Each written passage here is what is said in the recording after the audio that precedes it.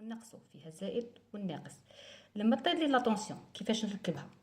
حتى انا ما طيرليش، انا راح نطيرها، تقدرت عليا وطاحت. كيفاش نعاود نركبها؟ نوريكم الطريقه الصحيحه. شوفي دوري هكذا،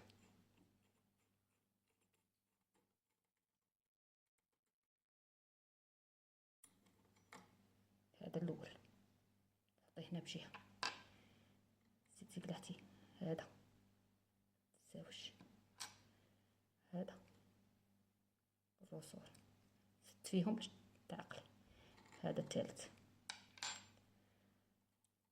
وعندنا زوج هادو طباصه ولا دي ديسك،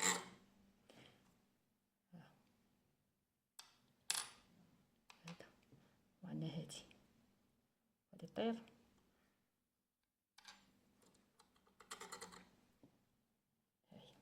الاخوات كلي تقول لك كي نبدا نخدم طير لي لاتونسيون.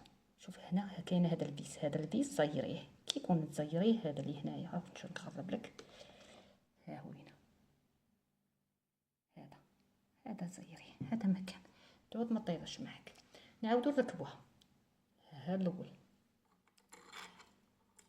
ها ركبنا الاول، نجيبو الطبسي الاول يشوف من الزاوج، يشوف من كون نديرهم منا ما قدش يفوت الخيط بيناتهم، لازم هذا يشوف هاك.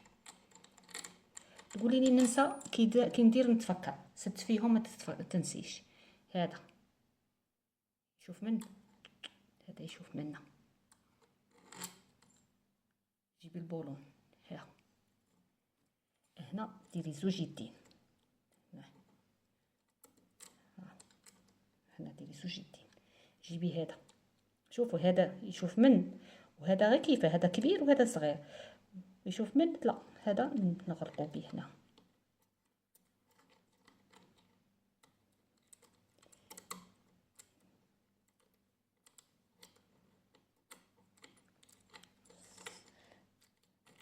ها خدي شده، جيبي البولون تاعك، ها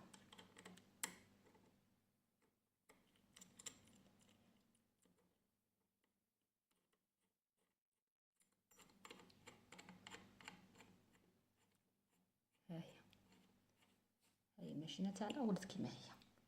هنا راح نرخفو شويه، شوفوا ها شوفوا كي رخفتها شويه باش كي نمرر الخيط، شوفوا الخيط يفوت على هادو زوج تاع لي ديسك. شوف